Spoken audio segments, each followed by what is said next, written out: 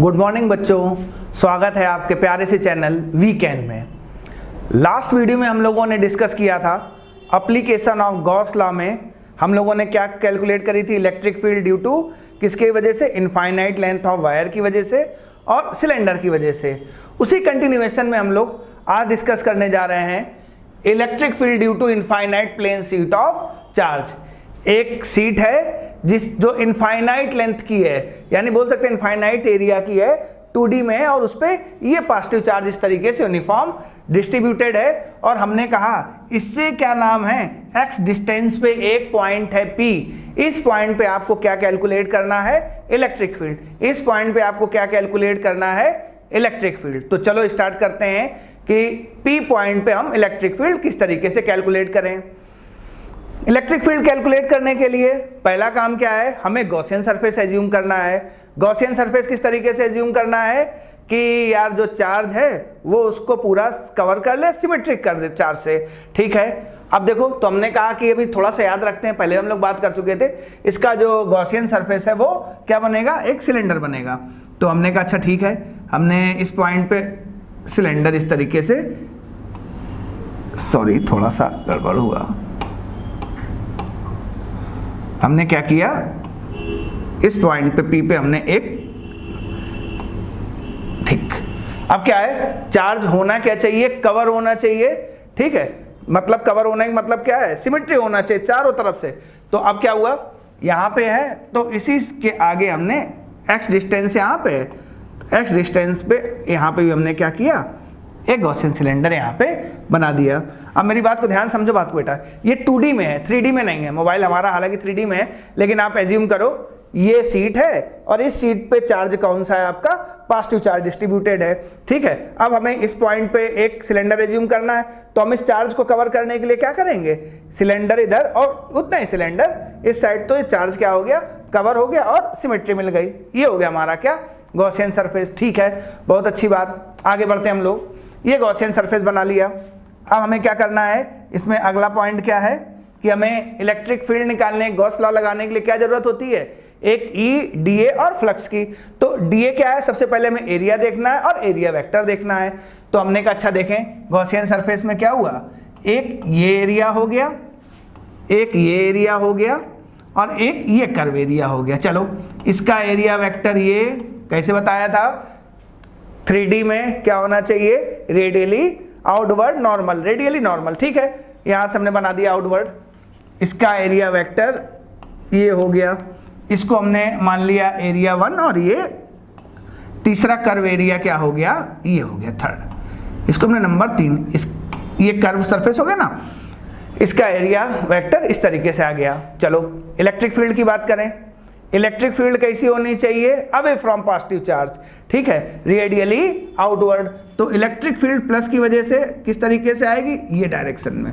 चलो यहाँ पे देखें, यहाँ पे देखें इलेक्ट्रिक फील्ड का, अगर हम यहाँ पे इलेक्ट्रिक फील्ड का देखें तो इस पॉइंट पे ये हो गई आपकी इलेक्ट्रिक फील्ड, इसी डायरेक्शन पे, रेडियली आउटवर्ड इस डायरेक्शन पे, और इसके लिए ये इलेक्ट्रिक फील्ड। ध्यान से देखो, फिर वही काम करें, फ्लक्स निकालना है तो जो टोटल फ्लक्स नेट होगा वो 3 सरफेस हैं, φ1, φ2 और φ3 की वजह से होगा, φ1, φ2 और φ3 की वजह से होगा।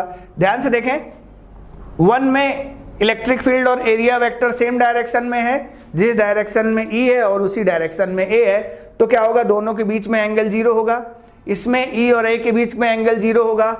इस वाले में क्या है, E और A के बीच में जो कर्व सरफेस है सिलेंडर का, उसमें क्या है, E और A के बीच का जो एंगल है वो कितना है, 90 डिग्री।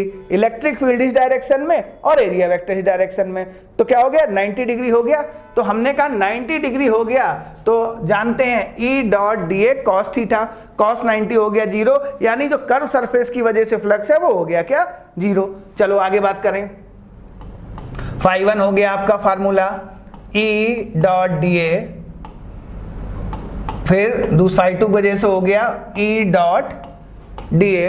अब क्या है, दोनों के बीच एंगल 0 है, तो हम खोल देते हैं E और इंटीग्रल से DA क्या हो गया, ये हो गया आपका E डॉट DA, खोला ओपन किया तो E D A cos zero, और कॉस जीरो की वैल्यू 1 हो गई तो ई डी ए हो गया, ठीक है। सिमिलरली यहां से क्या हुआ, वही सेम हो गया। ई कांस्टेंट है, इलेक्ट्रिक फील्ड क्या है, कांस्टेंट है। भाई हमने गॉसियन सरफेस यही तो बनाया, हर जगह यूनिफॉर्म इलेक्ट्रिक फील्ड मिले, तो इलेक्ट्रिक फील्ड क्या है, बाहर आ गए इंटीग्रल से। डीए का मतलब क्या हो गया, इसका टोटल सरफेस एरिया। हमने अभी इसको क्या मान लिया, ए मान लिया, पाई आर स्क्वायर रखने की जरूरत नहीं, अभी देखना इसमें काम बन जाएगा। तो ये टोटल जो फ्लक्स निकल के आया, टोटल फ्लक्स निकल के आया, वो टोटल फ्लक्स इसके बराबर हो गया ट्वाइस ऑफ ये। अब हम लोग गॉस लॉ लगाते हैं, गॉस लॉ लगाते हैं। चलो अच्छा गॉस लॉ देखते हैं। गॉस ने क्या बोला कि जो टोटल फ्लक्स होना चाहिए, फ्लक्स नेट क्या आना चाहिए आपका, क्यू इनसाइड, जो आपका गॉसियन सरफेस है क्यू इनसाइड, वो कितना चार्ज इनक्लोज कर रहा है। उस क्यू इनसाइड का मतलब सरफेस के अंदर कितना चार्ज है। चलो अच्छा क्यू इनसाइड की बात करें तो क्यू इनसाइड बताने से पहले एक टर्म हम लोग डिस्कस करते हैं, किसकी बात करते हैं हम लोग, सिग्मा की। याद आ गया सिग्मा क्या था, सिग्मा क्या था, सरफेस चार्ज डेंसिटी, या बोल सकते हैं चार्ज पर यूनिट एरिया। यानी सिग्मा क्या है आपका, चार्ज पर यूनिट एरिया। पहले भी हम लोग कई बार इस चीज को डिस्कस कर चुके हैं, कोई कंफ्यूजन कोई दिक्कत की बात नहीं। अब ध्यान से देखो, क्यू इनसाइड देखना है, ध्यान सुनो बात को।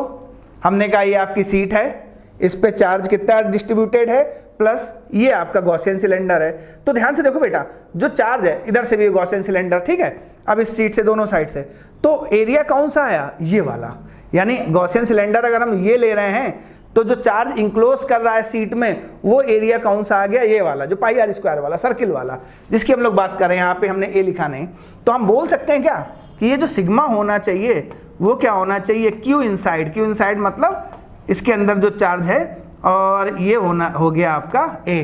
तो हम यहाँ से क्यू इनसाइड की वैल्यू पुट कर दें, और क्यू इनसाइड की वैल्यू यहाँ से आ गई सॉल्व होके सिग्मा इंटू ए, और ये वैल्यू आ गई अपॉन एप्सिलॉन नॉट। दोनों फाइनाइट को बराबर कर दें तो sigma A upon epsilon not, ये हो गया ट्वाइस ऑफ ई ए। ई से ए से ए कैंसिल हो गया, तो जो ई की वैल्यू आ गई वो हो गया आपका ए से cancel, sigma upon 2 epsilon not, sigma upon 2 epsilon not. ये आ गया आपका फार्मूला। यानी हमने जो यहाँ पे इलेक्ट्रिक फील्ड कैलकुलेट करी वो हो गई sigma upon 2 epsilon not. Epsilon not जानते हैं फ्री स्पेस या एयर की परमिटिविटी, और जो आपका सिग्मा है वो चार्ज पर यूनिट एरिया। तो यहाँ तक कोई कंफ्यूजन कोई दिक्कत नहीं, बड़ी आसानी से डेरिवेशन हो गया, कोई खास समस्या की बात नहीं आई। अब बड़ा इंटरेस्टिंग चीज इसमें देखो, यहाँ पे पॉइंट सुनो बात को। यहाँ पे हमने कहा यार सर जी एक्स डिस्टेंस पे निकाला था, यहाँ पे जो इलेक्ट्रिक फील्ड निकल के आई है ये तो एक्स पे डिपेंड ही नहीं कर रही है। ये वाली इलेक्ट्रिक फील्ड में कहीं फार्मूले में एक्स आ रहा है, सिग्मा आ रहा है और एप्सिलॉन नॉट आ रहा है, यानी एक्स इस पे नहीं आ रहा है। तो हम बोल सकते हैं कि जो इलेक्ट्रिक फील्ड है इस केस में वो डिस्टेंस पे नहीं डिपेंड कर रही है। मतलब यहाँ भी ले लो, यहाँ भी ले लो, यहाँ ले लो, यहाँ ले लो, कहीं पे भी ले लो, हमेशा इलेक्ट्रिक फील्ड कांस्टेंट मिलेगी, और सिग्मा अपॉन एप्सिलॉन नॉट वो एक्स के साथ वेरी नहीं करेगी। तो हम कंक्लूजन लिख सकते हैं यहाँ पे कि इस केस में इलेक्ट्रिक फील्ड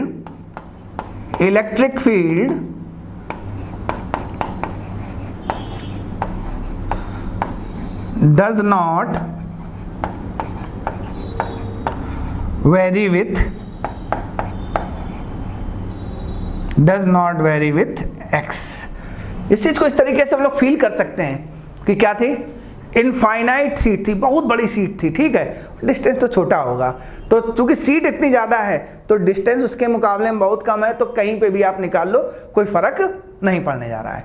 तो बड़ा आसान सा चीज़ था, ठीक है। इससे रिलेटेड कुछ क्वेश्चन बनते हैं, थोड़ा सा बताएंगे आपको है, और कैपेसिटेंस में भी हम इसका यूज़ देखेंगे अभी हम लोग जब कैपेसिटर पढ़ाएंगे आपको। तो चलो बच्चों, ये बात आपने देख ली कि हमने क्या किया, ये इनफाइनाइट सीट थी। अब इस पे हमने गॉसियन सिलेंडर पे पॉइंट पे एज्यूम किया, ठीक है। 1-2 इसकी वजह से और इसकी वजह से फ्लक्स मिला, कर्व सरफेस की वजह से फ्लक्स हो गया आपका 0। ये हो गया EA 2A। और क्यू इनसाइड निकालने के लिए हमने क्या किया, क्यू इनसाइड निकालने के लिए क्या किया, सिग्मा माना। सिग्मा क्या हो गया, चार्ज पर यूनिट एरिया, और क्या हुआ हमने यहाँ से निकाल लिया और हमने देखा E आया सिग्मा अपॉन 2 एप्सिलॉन नॉट। इसको याद रखना। अब देखो इस पे कुछ क्वेश्चन बनते हैं, देखिए क्वेश्चन कौन सा है। हमने कहा हमारे पास दो इनफाइनाइट सीट है, बना जरूर हमने छोटा दे, इनफाइनाइट सीट है, एक पॉजिटिव चार्ज और एक पे क्या है यूनिफॉर्मली पॉजिटिव चार्ज है और दूसरे पे क्या है नेगेटिव चार्ज।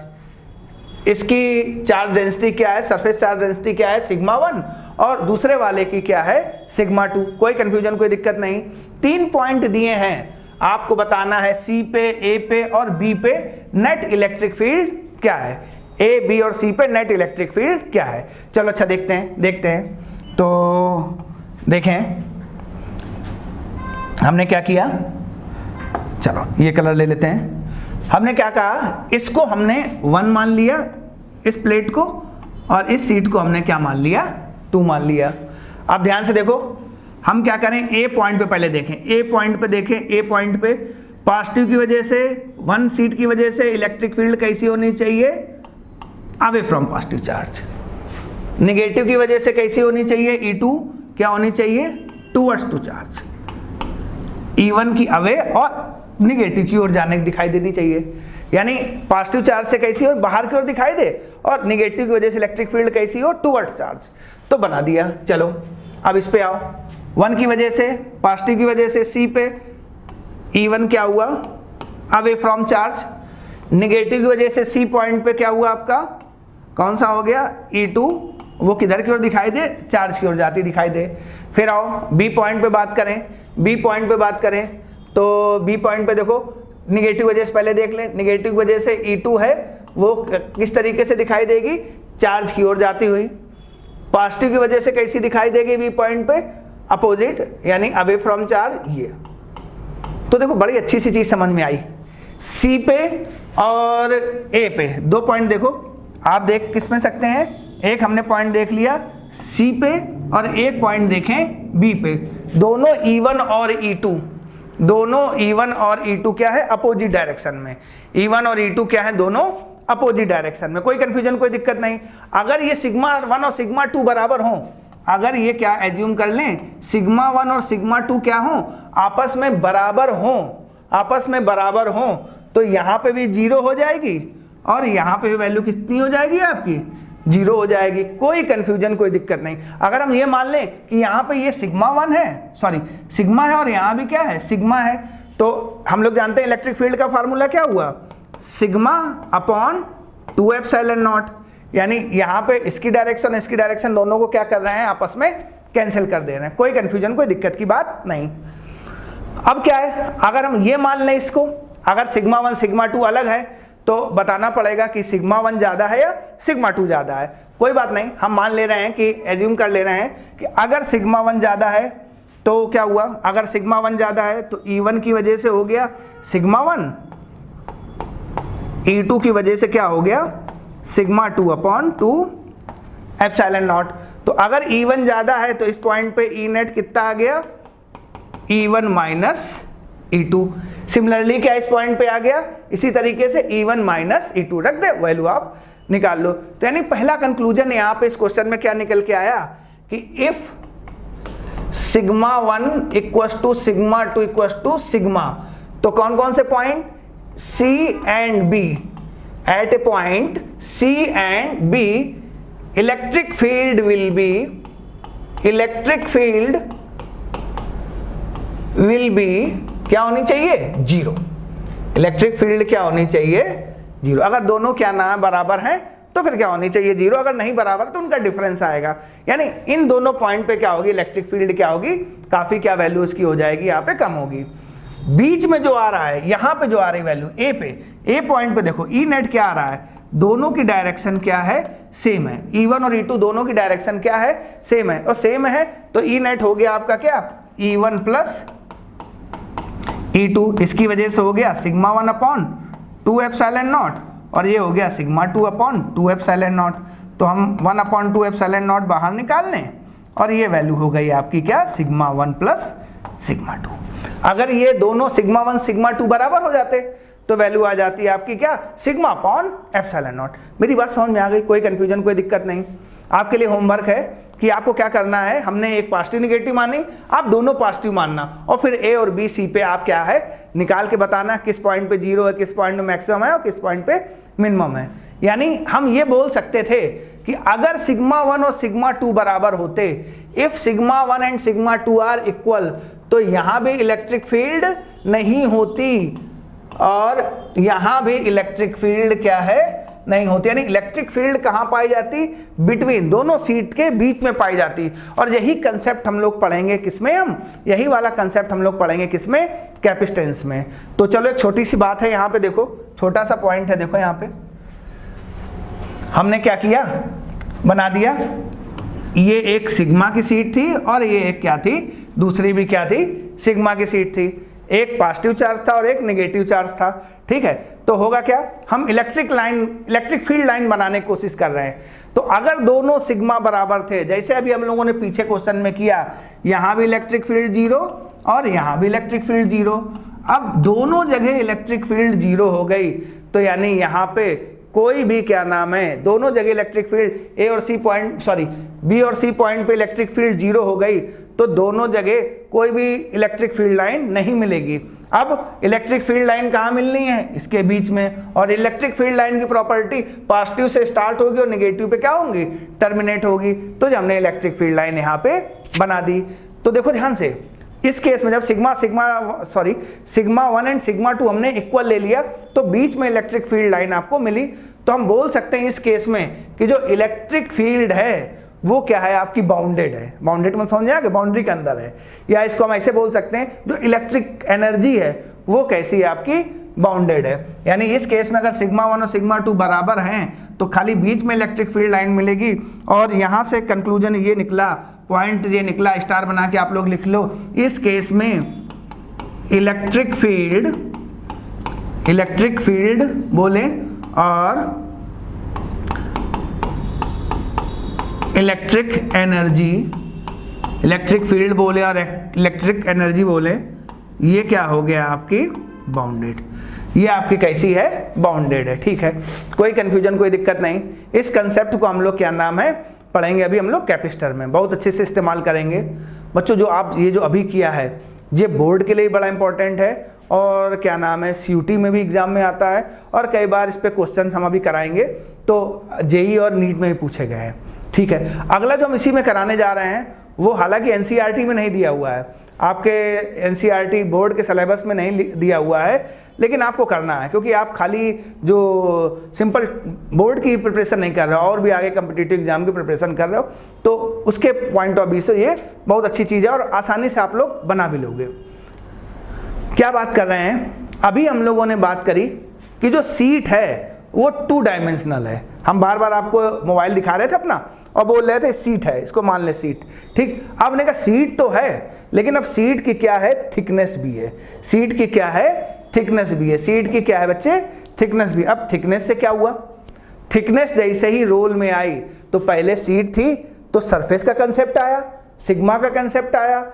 अब ये क्या हुआ, सिग्मा से जैसे ही थिकनेस आई तो सरफेस के साथ डी मल्टीप्लाई हुआ, तो क्या हो गया आपका, वॉल्यूम का कंसेप्ट आ गया। यानी सिग्मा की जगह अब क्या बात करेंगे, रो की बात करेंगे। और रो क्या हो गया, रो बच्चे क्या हो गया आपका, बताओगे रो क्या है, चार्ज पर यूनिट वॉल्यूम या वॉल्यूम चार्ज डेंसिटी।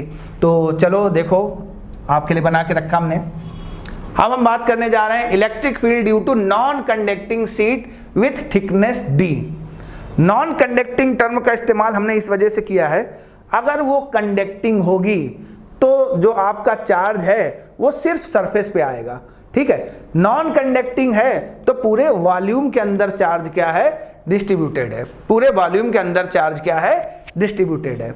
अब कोशिश करो, ये थिकनेस डी थिकनेस की, ये आपकी क्या है, ये डी थिकनेस का आपका क्या है, एक सीट, प्लेन सीट थी, उसकी थिकनेस हमने क्या मान ली, डी थिकनेस मान ली। चलो अच्छा, अब हमने क्या कहा, इसके यहां से अब इनसाइड 2 केस करेंगे, एक सीट के अंदर थिकनेस के अंदर और एक सीट के बाहर। हमने कहा इसके सेंटर से x डिस्टेंस पे एक P पॉइंट है, यहां पे आपको क्या निकालना है, इलेक्ट्रिक फील्ड निकालना है। यानी क्या है, ये है, ये आपकी ये थिकनेस दिखाई दे रही है आपको, ये आपको थिकनेस दिखाई दे रही, इसके बीच में कहीं पॉइंट है, वहां पे आपको इलेक्ट्रिक फील्ड कैलकुलेट करनी है। यानी ये जो पॉइंट है वो सीट के अंदर ही आ गया पॉइंट। चलिए अच्छा देखें, तो हमने इसको जो 3D में जो थिकनेस दिखाई थी वो हमने ऐसे तक बना दिया आपको। देखिए ये थिकनेस है, वो थिकनेस को हमने इनलार्ज करके इस तरीके से बना दिया। अब पॉजिटिव चार्ज x डिस्टेंस पे एक P पॉइंट है, यहाँ पे आपको इलेक्ट्रिक फील्ड कैलकुलेट करनी है। तो चलो सबसे पहला काम क्या करें, हम एक P पॉइंट से एक क्या बना लें, गॉसियन सिलेंडर बना लें, गॉसियन सरफेस बना लें। ये x है तो ये भी x हो गया, टोटल ये लेंथ कितनी हो गई आपकी, ट्वाइस ऑफ x। कोई कंफ्यूजन, कोई दिक्कत की बात नहीं। चलो इलेक्ट्रिक फील्ड देखें, 3 सरफेस एरिया हो गए, कौन कौन से 3 सरफेस एरिया आ गए, एक ये और एक ये, इसका एरिया वेक्टर ये, इसका एरिया वेक्टर ये, पुरानी कहानी, इसका एरिया वेक्टर ये। Electric field away from positive charge, तो फिर वही बात आई कि 3 सरफेस थे, इसको हमने 1 नंबर दिया, इसको 2 दिया और इसको 3 दिया। इनसाइड की बात कर रहे हैं, तो जो फाई नेट आया, जो क्या आया आपका फाई नेट आया, वो φ1 प्लस φ2 प्लस φ3। φ3 कौन सा था, कर्व सरफेस की वजह से, इसकी वैल्यू क्या होगी 0। क्यों 0 होगी, इलेक्ट्रिक फील्ड की डायरेक्शन ये और एरिया वेक्टर ये। एंगल कितना बना 90 और cos 90 की वैल्यू क्या हो गई 0। cos 90 की वैल्यू क्या हो गई 0। कोई कंफ्यूजन, कोई दिक्कत की बात नहीं। फिर वही पुराना कहानी, φ1 हो गया E डॉट dA, φ2 हो गया E डॉट dA, बहुत अच्छी बात। फिर वही निकाल दिया भाई, E और dA के बीच में 1 और 2 में क्या हुआ, दोनों सेम रेफरेंस पे हैं, एंगल हो गया 0, एंगल हो गया 0 यानी cos 0 1 और dA का इंटीग्रल A, सब बात पीछे हो चुके हैं। तो ये भी EA और ये भी EA, तो जो नेट फ्लक्स आया उसकी वैल्यू कितनी हो गई आपकी ट्वाइस ऑफ EA। इस केस में जो नेट फ्लक्स निकल के आया वो हो गया आपका कितना ट्वाइस ऑफ EA। कोई कंफ्यूजन, कोई दिक्कत नहीं, सिमिलर वैसे कहानी हम लोग शुरू कर रहे हैं, सॉरी कर चुके हैं, वही बात कर रहे हैं। अब आओ गॉस लॉ लगाते हैं। गॉस साहब ने क्या कहा आपसे, गॉस साहब ने क्या कहा कि जो भाई ये फाई नेट होना चाहिए वो किसके बराबर होना चाहिए, चार्ज इनसाइड, इस गॉसियन सरफेस के अंदर कितना चार्ज है अपॉन किससे डिवाइड करना है आपको, एप्सिलॉन नॉट से। चलो जरा निकालें यहाँ से चार्ज। अब ध्यान सुनना, पीछे केस में वो सरफेस किस तरीके का था, 2D था, ठीक है, तो हमने कहा सिग्मा। अब यहाँ पे सरफेस क्या है 3D, और जैसे 3D आया तो यानी जो चार्ज है वो सरफेस में नहीं डिस्ट्रीब्यूटेड है, वो किस पे है, पूरे वॉल्यूम में है। तो हम बोल सकते हैं, यहाँ पे हम नया टर्म बात कर रहे हैं, हमने कहा कि सिग्मा है और की जगह, सॉरी बात कर रहे हैं रो की, और रो क्या है आपका charge per unit volume, charge per unit volume. अब देखो चार्ज पर यूनिट वॉल्यूम निकालें, क्यू इनसाइड निकालें यहाँ से। अच्छा तो देखो यहाँ होना क्या चाहिए, तो देखो ये हो गया, इसके अंदर चार्ज हो गया आपका क्यू इनसाइड। अब वॉल्यूम निकालना है, वॉल्यूम क्या हुआ ध्यान से देखो, ये हो गया इसका एरिया, ठीक है, और ये हो गया आपका क्या 2x। भाई ये सरफेस एरिया और डिस्टेंस कितना है 2x, तो वॉल्यूम क्या हम लोग लिख सकते हैं ना a इंटू 2x। तो ये हो गया आपका a इंटू 2x, तो Q इनसाइड आ गया आपका, बहुत अच्छी बात, volume charge density into a into 2x। तो रख दे यहाँ पे फाई नेट यहाँ से निकल के आ गया, इस केस में फाई नेट निकल के आ गया कि ये Q इनसाइड हो गया आपका रो a into twice of x upon epsilon not, और किसके बराबर कर दो, इस ट्वाइस ऑफ, ये दोनों फाई नेट बराबर होने चाहिए। तो a से ये कैंसिल हो गया, तो देखो यहाँ से क्या e की वैल्यू ये आई रो 2x अपॉन एप्सिलॉन नॉट, 2 से 2 भी कैंसिल हो जाएगा।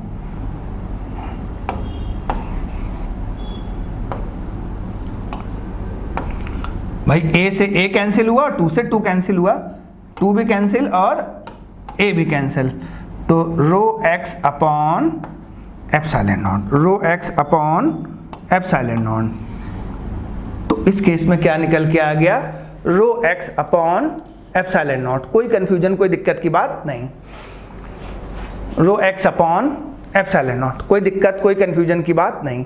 तो अब यहाँ पे ध्यान से देखो, यहाँ पे जो आपका कंक्लूजन निकल के आया, यहाँ पे जो इलेक्ट्रिक फील्ड निकल के आई वो इलेक्ट्रिक फील्ड देखो साफ साफ समझ में आ रहा है कि डायरेक्टली प्रोपोर्शनल है किसके, एक्स के, डायरेक्टली प्रोपोर्शनल है किसके, इस केस में इस केस में जो इलेक्ट्रिक फील्ड आ रही है वो डायरेक्टली प्रोपोर्शनल है किसके, एक्स के, जबकि पीछे वाले केस में एक्स के प्रोपोर्शनल नहीं आ रहे थे, एक्स से क्या था, इंडिपेंडेंट। इसका मतलब क्या हुआ, इसको फील करने की कोशिश करते हैं बच्चों, जरा ध्यान सुनो बात को। ये क्या है, x ये है, ठीक। जितना ज्यादा x बढ़ता जाएगा, इनसाइड के अंदर की बात करें, अंदर की बात करें हम लोग, क्या नाम है, सीट के अंदर की बात कर रहे हैं, जितना ज्यादा आप देखो x बढ़ता जाएगा उतना ही चार्ज क्या होगा, वो गॉसियन सरफेस ज्यादा इनक्लोज करेगा, यानी इनसाइड चार्ज जो गॉसियन सरफेस के अंदर होगा वो क्या हो जाएगा, ज्यादा हो जाएगा।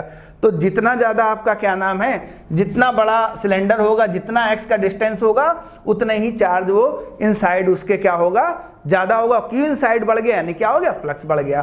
तो इस केस में अगर क्या नाम है, जो हम डी डिस्टेंस की हमने डी थिकनेस की हमने जो सीट ली है, उस सीट के अंदर अगर हम कोई भी x पॉइंट लेते हैं तो इलेक्ट्रिक फील्ड क्या होगा, डायरेक्टली प्रोपोर्शनल टू x होगा। इसका मतलब यह है कि जैसे जैसे हम x बढ़ाते जाएंगे, चार्ज इनसाइड, चार्ज इनक्लोज वो क्या होता जाएगा, ज्यादा होता जाएगा, और फ्लक्स की वैल्यू भी क्या होती जाएगी, बढ़ती जाएगी।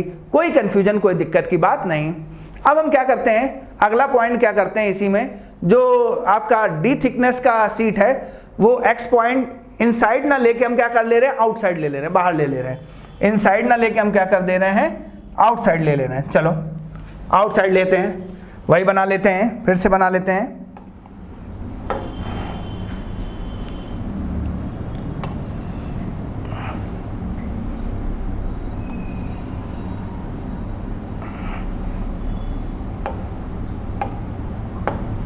ये हो गया इस पे क्या, पॉजिटिव चार्ज,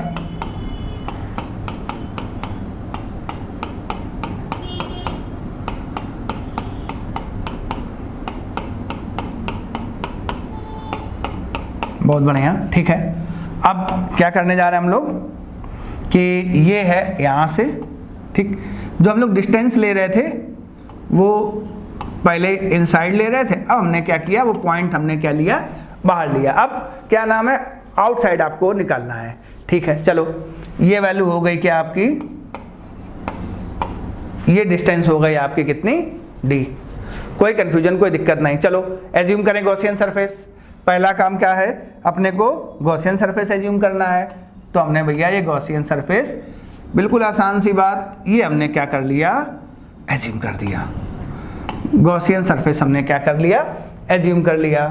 3 सरफेस एरिया, जैसे पहले भी बात करते आए हैं, 1 2 और ये कर्व ये 3। इसका एरिया वेक्टर ये, इसका एरिया वेक्टर ये, और इसका एरिया वेक्टर ये। इलेक्ट्रिक फील्ड निकालें, इसके लिए ये आउटवर्ड, ये और ये, यानी फिर वही बात आई, फाई नेट निकालें। तो बिल्कुल समझ में आ रहा है, कोई कंफ्यूजन, कोई दिक्कत नहीं है कि फाई नेट क्या हो गया, phi 1 plus phi 2 plus phi 3, similar पुराना वाला केस। लेकिन फाई 3 क्या हो गया, 0, क्योंकि एरिया वेक्टर और जो इलेक्ट्रिक फील्ड है उनके बीच में एंगल बन रहा है 90 का। फाई 1 प्लस फाई 2 अभी निकाल चुके हैं, सिमिलर वही काम, ये भी हो गया ये और ये भी हो गया ये। तो यहाँ से फाई नेट फिर से कितना आ गया, ट्वाइस ऑफ ये। बहुत अच्छी बात, सब में ये बढ़िया काम था, सब में ट्वाइस ऑफ ये निकल के आ गया, बहुत अच्छी बात। चलो अब गॉस साहब की हेल्प लेते हैं। गॉस साहब ने क्या कहा कि फाई नेट क्या होना चाहिए, Q inside upon epsilon not, Q inside upon epsilon not, यानी कि चार्ज कितना है गॉसियन सिलेंडर के अंदर, ठीक है, गॉसियन सिलेंडर के अंदर चार्ज कितना है। तो फिर बात करें वही, चूंकि वॉल्यूम में है तो सॉरी सिग्मा नहीं लेंगे, वॉल्यूम में है तो हम लोग क्या लेंगे, वॉल्यूम चार्ज डेंसिटी, और इसको लेंगे रो। रो ऊपर लिख लेते हैं यहाँ पे, ये क्या हुआ, रो हमने ऊपर लिख लिया, और रो हो गया आपका क्या, charge per unit volume, charge per unit volume. अच्छा चलो ये हो गया आपका Q इनसाइड, चार्ज हो गया कितना इनसाइड, ठीक। अब वॉल्यूम निकालो यहाँ बच्चों, वॉल्यूम क्या होना चाहिए, आप बताओ वॉल्यूम क्या होना चाहिए, क्या होना चाहिए वॉल्यूम, क्या करें, ये कर दें ये x और ये x क्या कर दे a इंटू 2x ना, क्या है हम देखो, सुनना मेरी बात को बच्चे, ध्यान सुनना भाई। सिलेंडर भले हमने गॉसियन ये बनाया हो, लेकिन अगर जरा पॉइंट जरा ध्यान से देखें बेटा, ये जो चार्ज आपका आ रहा है, चार्ज तो खाली इतने सिलेंडर के अंदर इनसाइड आ रहा है ना बच्चे। ये जो हमने इस कलर से बनाया है, गेरुए कलर से हमने बनाया है, ध्यान से देखो, ये सिलेंडर के अंदर चार्ज तो इनसाइड या चार्ज जो इंक्लोज हो रहा है वो इसी वाले सिलेंडर के हो रहा है। तो हम वॉल्यूम अब x 2x नहीं लेंगे इंटू, यहाँ पे क्या हो गया, a तो कोई दिक्कत नहीं, a तो अपना वही है, लेकिन अब ये जो सिलेंडर की जो हाइट है वो कितना हो गया आपका d, ना कि ट्वाइस x। ठीक है, तो अच्छा देखिए, अच्छा करें अब तो a ये सर और ये क्या हो गया d, रख दें q इनसाइड यहाँ से निकाल के इसके बराबर, तो ये q इनसाइड यहाँ से हो गया आपका कितना, रो a इंटू d। अब ये वाला फाइनेट और ये वाला फाइनेट बराबर होने चाहिए, तो क्या हो गया यहाँ से, twice of EA equals two upon epsilon not, भूल गए थे, कुछ कैंसिल हुआ, A से A कैंसिल हो गया, तो E की वैल्यू क्या हो गई, twice of epsilon not. E की वैल्यू क्या हो गई आपकी, twice of epsilon not.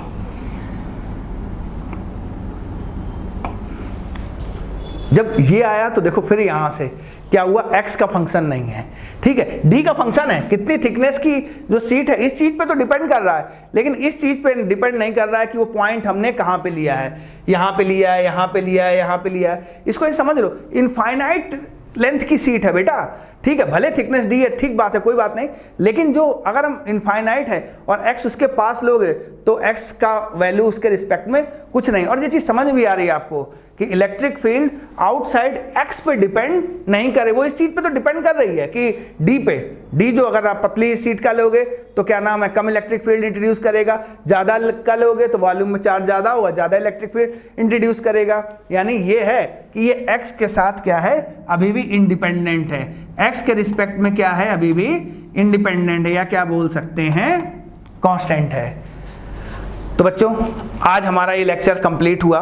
Electric field किसकी वजह से, सीट की वजह से निकाला, 2D में निकाला, ठीक है, प्लेन सीट थी, फिर हमने उसकी थिकनेस डी निकाल ली, थिकनेस में हमने क्या नाम है इनसाइड और फिर आउटसाइड दोनों पॉइंट पे इलेक्ट्रिक फील्ड कैलकुलेट करी।